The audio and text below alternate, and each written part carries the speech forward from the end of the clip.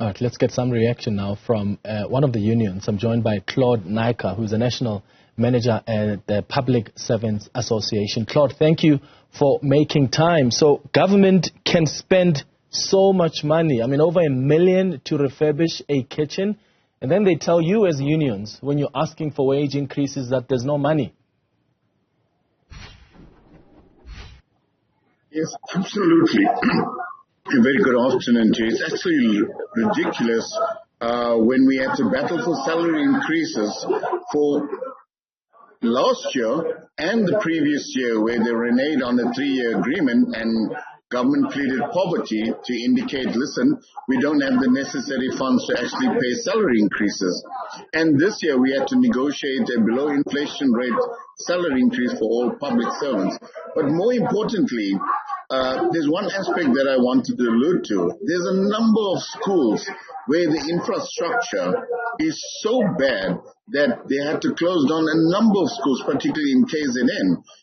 And you would think that if you want to prioritize funding, this is where the funding should actually go to. In other words, where our kids need basic necessities at school, like water and sanitation facilities, and yet government tends to spend so much of money on other issues which we think is not a priority. I think it's absolutely ridiculous. Where are we going with the funding situation in our country?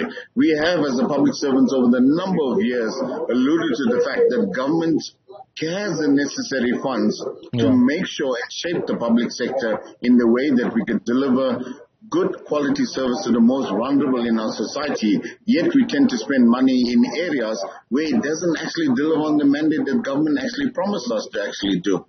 So we find this absolutely ridiculous and hope that at the end of the day, they will see the light and say, listen, this is really not on, and we really need to come to the party to try and sort out our finances. And it's not just the wages that when you go to government says it doesn't have money. As you've indicated, there are some important, social programs, infrastructure programs even, that are so critical, that need funding, and that's never available. But for some reason, there's money to even sustain the generators of the ministers so that they're not impacted by load shedding. Where does this leave your relationship as unions with the government, especially during negotiations or even upcoming negotiations that are around wages?